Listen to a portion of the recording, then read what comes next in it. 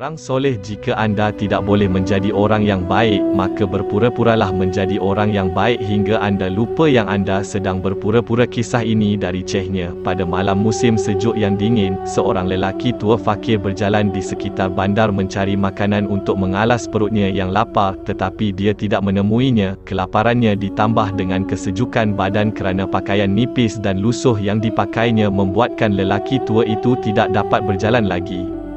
Malam itu, di anjung salah sebuah rumah dia tertidur keletihan, kesejukan dan kelaparan. Pagi-pagi lagi, pemilik rumah, seorang wanita tua yang diketahui kedekut, terkejut melihat seorang lelaki tua sedang tidur di hadapan pintu rumahnya. "Kenapa awak tidur di sini?" orang tua panggil wanita itu. Sedikit membuka matanya dengan badan yang menggigil. Yang ditanya menjawab lembut, "Saya hampir mati kelaparan dan kesejukan." Wanita tua itu bergegas masuk ke dalam rumahnya untuk mengambil selimut yang kemudiannya menutupi tubuh lelaki tua itu dan memberinya segelas air suam untuk diminum.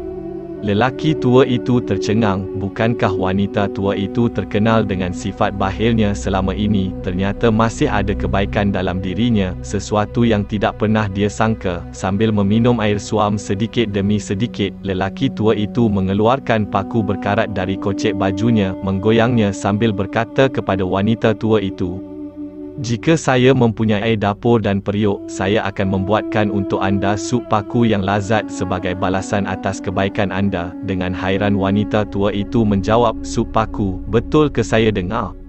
Lelaki tua itu menjawab, "Betul, saudari yang baik." Mendengar kata yang penuh kelembutan itu, wanita tua itu menjemput lelaki tua itu masuk ke dalam rumahnya, membawanya dekat dapur dan memberinya periuk.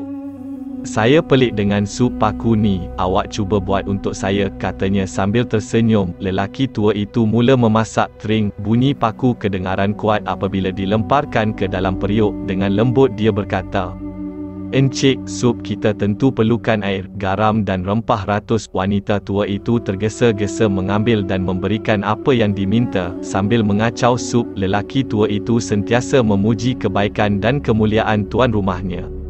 Kemudian dia berkata lagi, "Sepotong bawang dan beberapa lobak merah sudah cukup untuk membuat sup kita lebih segar." Amat berbesar hati dengan kata-kata pujian tetamunya itu. Tambahan pula selama ini dia merasakan orang di sekelilingnya mengejek dan mencelanya. Perempuan tua itu tersenyum memberikan apa yang diminta, malah dia menambah untuknya beberapa ketul daging dan sup kuku akhirnya masak. Lelaki tua itu menghidangkannya di atas meja. Mereka berdua makan bersama. Sepanjang perbualan lelaki tua itu sentiasa memuji kebaikan dan keramahan tuan rumahnya. Wanita tua itu gembira. Menjelang kepulangan tetamunya, dia juga memberinya selimut dan bekalan makanan. Secara ajaib wanita tua itu berkata dengan penuh makna, "Terima kasih untuk sup yang lazat ini. Saya baru tahu bahawa paku dibuat menjadi sup yang lazat ini." Orang tua itu membalas kata-kata wanita tua itu sambil memegang sebatang paku di dalam kocek bajunya, paku yang dia keluarkan dari periuk ketika dia meminta air buat kali pertama. "Paku itu larut dalam kebaikan hatimu. Jika tidak atas kebaikanmu, tidak akan ada paku yang dapat membuat sup yang enak ini." Baiklah saudaraku, cerita ringkas ini mengajar bahawa keburukan akhlak dan aib orang lain haruslah ditangani dengan kebaikan. Selalunya kita membalas kejahatan dengan kejahatan supaya kejahatan itu menjadi lebih teruk. Selalunya orang yang berkelakuan buruk dan mempunyai aib menunggu setitis air yang baik untuk menghidupkan hati yang menambahkan kebaikan, tetapi titisan itu tidak pernah datang. Masyarakat sudah pun menjatuhkan hukuman dan harta nista terhadapnya. Akhirnya hati yang terluka itu semakin terluka. Bukan, masih ada harapan untuk merawat luka walaupun hanya sekecil perbuatan baik. Itulah sebabnya Allah menyukai hamba-hambanya yang berbuat kebaikan. Semoga bermanfaat.